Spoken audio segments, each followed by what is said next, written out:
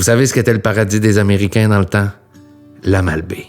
Imaginez les légendaires bateaux blancs débarquant la bourgeoisie américaine en mal d'air frais le temps d'un été. Ils l'avaient, l'affaire pareille. Monsieur Mendel! Bonjour Fabien! Bonjour! Ça fait plaisir de vous revoir. Vraiment un plaisir.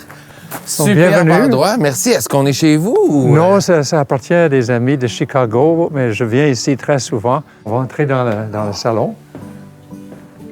Oh, wow! Ah, c'est superbe, hein? Oui, c'est une maison qui a été construite en 1936, conçue par un architecte américain pour des clients américains, mais dans un esprit français. Puis il y a beaucoup d'art qu'on sent, oui, beaucoup. D'art populaire, là, qu'on sent la présence très, très régionale aussi. Oui, ils sont devenus amis avec plusieurs artisans et les artisans ont fait des choses pour eux. Regardez ça, par exemple, c'est vraiment très beau. Oui, le classique. Oui. Et des tapis crochetés au-dessus du foyer et ailleurs.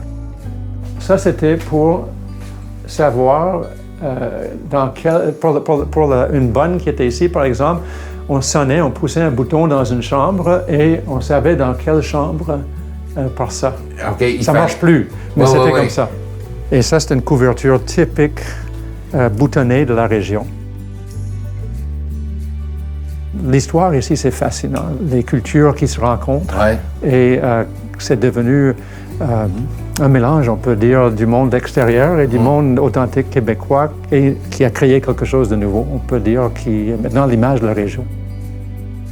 Ces maisons sont vraiment conçues pour la vue et pour le contact intérieur-extérieur. Veux-tu prendre un café à l'extérieur? Je peux pas dire non à ça. Oh, oui. On peut comprendre que ça valait la route, hein?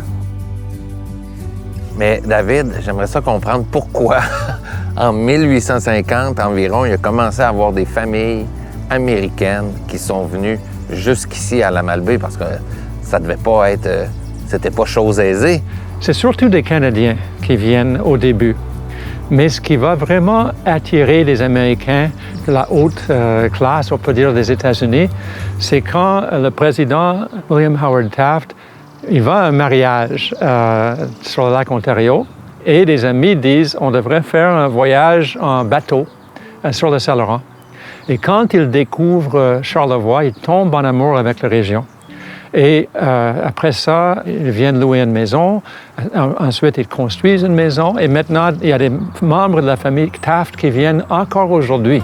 Ah ouais. Et plusieurs personnes dans son entourage, des juges, des politiciens, des gens importants de Washington, ont suivi Taft ici et ont commencé à faire construire des maisons également. Il faut réaliser que vivre en ville à cette époque-là, il n'y avait pas d'air climatisé. Il y avait énormément de pollution. On chauffait avec le charbon. Et les gens à cette époque-là s'habillaient le soir. Les femmes mettaient des robes longues et les hommes étaient cravatés. C'était chaud. Donc ici, c'est frais.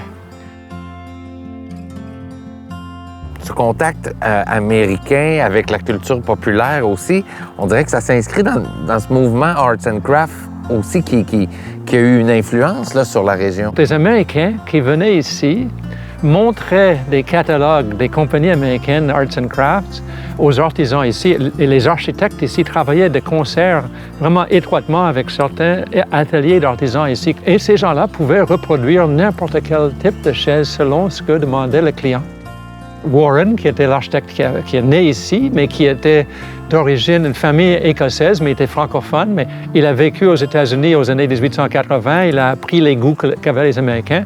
Il a fait plus que 60 maisons d'été ici, et c'était clé en main. Hein? Là, il pouvait choisir le terrain pour les gens, aller avec eux avec une échelle pour identifier les vues qu'on voulait avoir de telle fenêtre.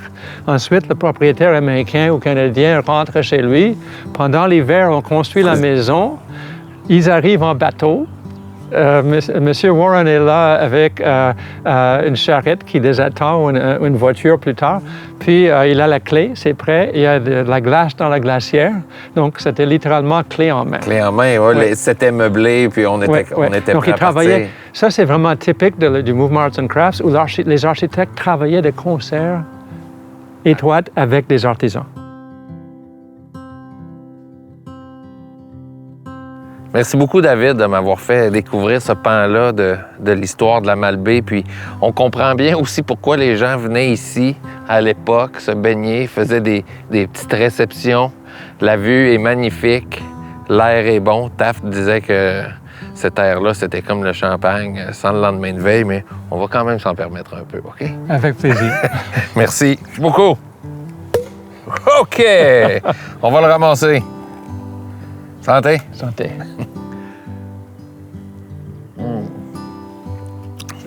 Très bon, hein? Il nous manque juste une robe d'époque.